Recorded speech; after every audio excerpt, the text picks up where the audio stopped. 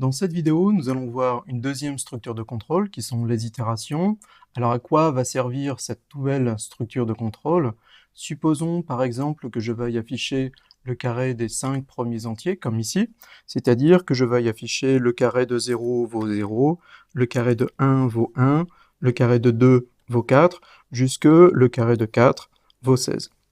On pourrait, pour obtenir cet affichage, utiliser 5 instructions d'affichage, mais en fait, dans un tel cas, on peut, et je dirais même, on doit utiliser une itération, ou ce qu'on appelle aussi une boucle for, c'est-à-dire qu'en fait, ce code va permettre d'obtenir l'ensemble de cet affichage en bouclant ou en itérant sur cette seule instruction d'affichage. Et je vais maintenant détailler ce code pour vous expliquer pourquoi. Une itération, ou ce qu'on appelle donc aussi une boucle for, commence tout simplement avec le mot-clé for. Vient ensuite la déclaration et l'initialisation d'une variable qui va servir à contrôler le nombre de tours de boucle. Cette déclaration et initialisation n'est exécutée qu'une seule fois avant d'entrer dans la boucle. Vient ensuite quelque chose que vous pouvez reconnaître, puisqu'il s'agit d'une condition que vous avez rencontrée dans la vidéo sur les branchements conditionnels.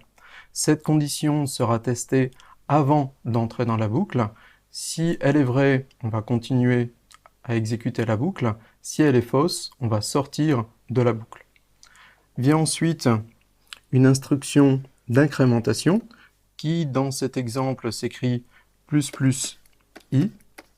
Je vous rappelle, quand on utilise l'opérateur d'incrémentation ++ sur la variable i, c'est équivalent à écrire i égale i plus 1, c'est-à-dire que cette instruction va ajouter 1 à la variable i.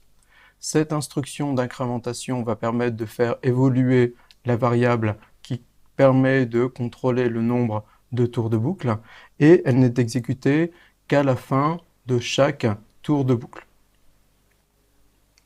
La déclaration et l'initialisation de la variable qui sert à contrôler le nombre de tours de boucle, la condition et l'instruction d'incrémentation sont entourées par des parenthèses et sont séparées par des points-virgules.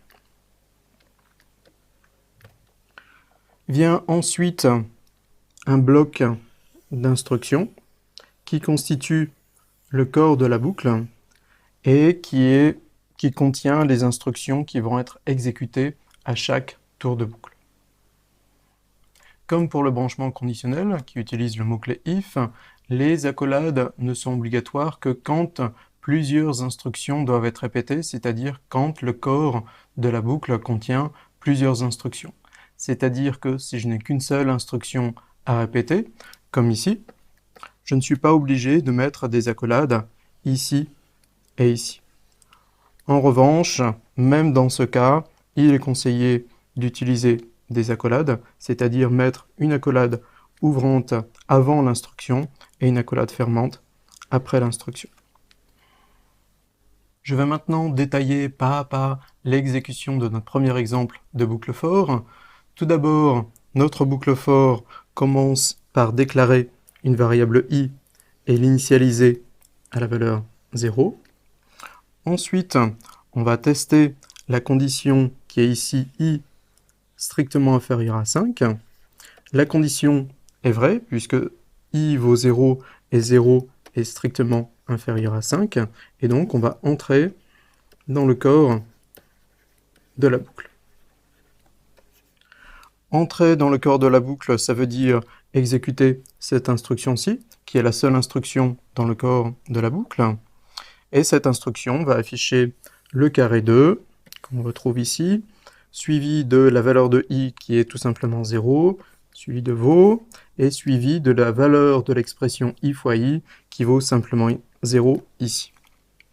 Ensuite, on arrive à la fin du corps de la boucle, et on va revenir sur cette ligne-ci, et plus exactement à l'instruction d'incrémentation, qui est ici ++i, qui va donc ajouter 1 à la variable i, et i va prendre la valeur 1. On teste ensuite de nouveau la condition i strictement inférieur à 5, qui est encore une fois vrai, et donc on va entrer dans la boucle. Entrer dans la boucle, ça veut dire répéter cette nouvelle instruction d'affichage, avec toujours le carré 2, cette fois-ci i vaut 1, ensuite on affiche vaut, et on affiche la valeur de l'expression i fois i, qui vaut simplement 1 ici. On arrive encore une fois à l'instruction d'incrémentation qui va donner la valeur 2 à la variable i, et ainsi de suite, jusqu'à ce que la variable i ait la valeur 4, et qu'on exécute l'instruction d'incrémentation qui va faire que i va passer de 4 à 5. On va ensuite tester la condition i strictement inférieur à 5. Cette fois-ci, cette condition va être fausse, puisque 5 n'est pas strictement inférieur à 5. Et comme cette instruction est fausse, on sort de la boucle. On va continuer après la boucle, c'est-à-dire exécuter les instructions qui se trouvent ici. Au passage, la variable i qu'on avait déclarée ici n'existe plus, c'est-à-dire qu'on ne peut plus l'utiliser. Cette variable n'existe qu'à l'intérieur de la boucle.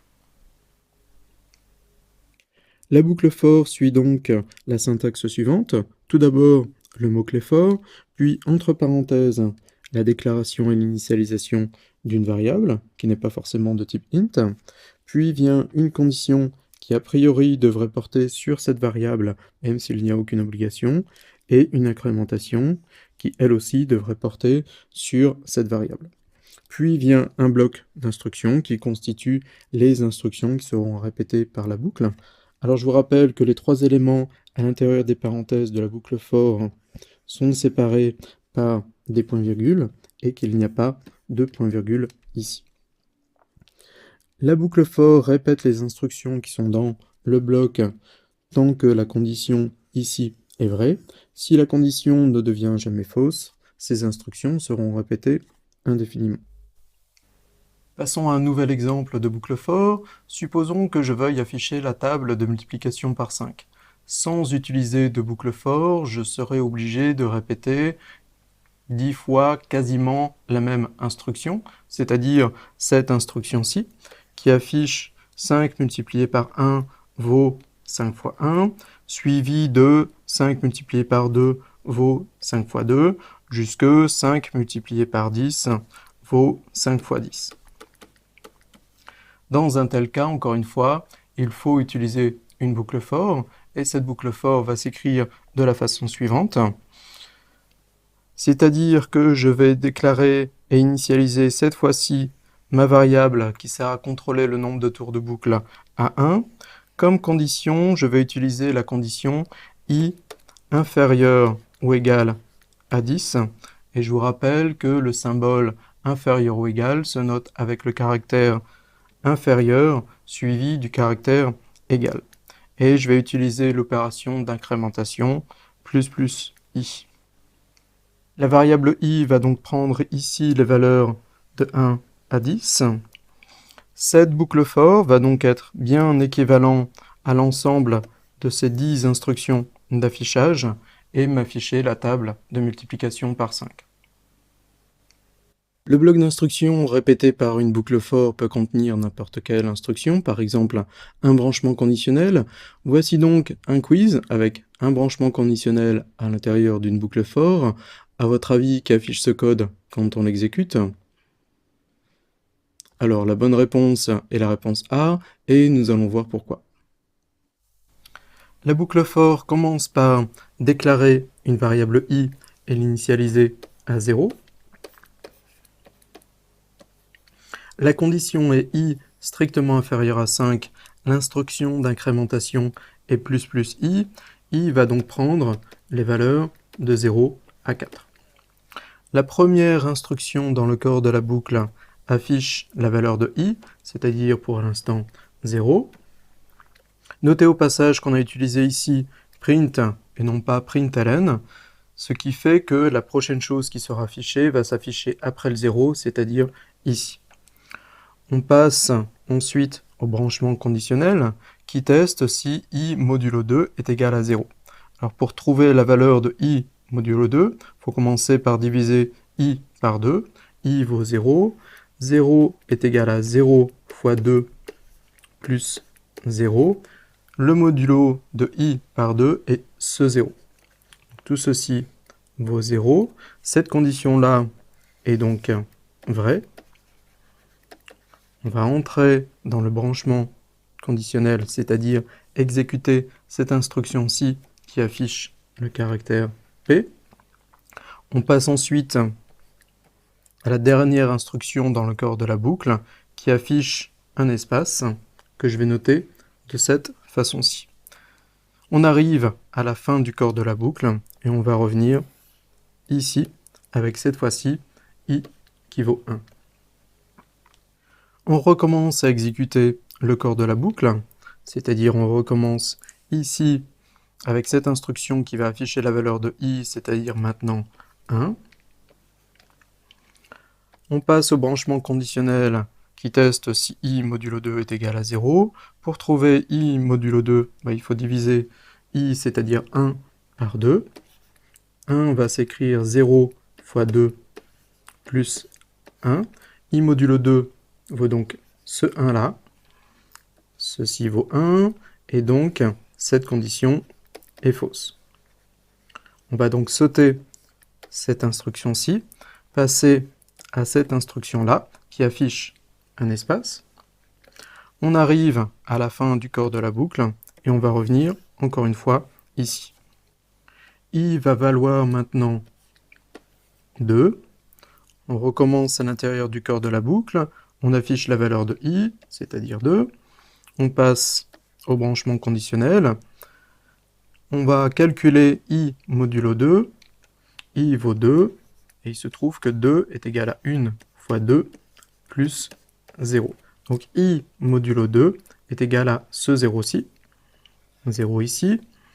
Cette condition-là est donc vraie.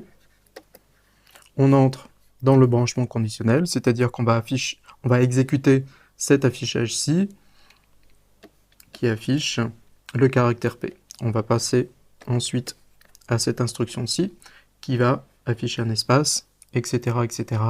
Et on va bien obtenir l'affichage donné par la réponse A. Alors cette condition-ci avec le modulo est peut-être un peu compliquée pour un débutant, mais en fait, on peut l'interpréter très simplement. Ça teste juste si le reste de la division par 2 d'un nombre est égal à 0. Et avec des mots, j'aurais pu dire, je teste si cette valeur, donc la valeur de i, est paire. Donc cette condition est équivalente à se poser la question, est-ce que i est paire ?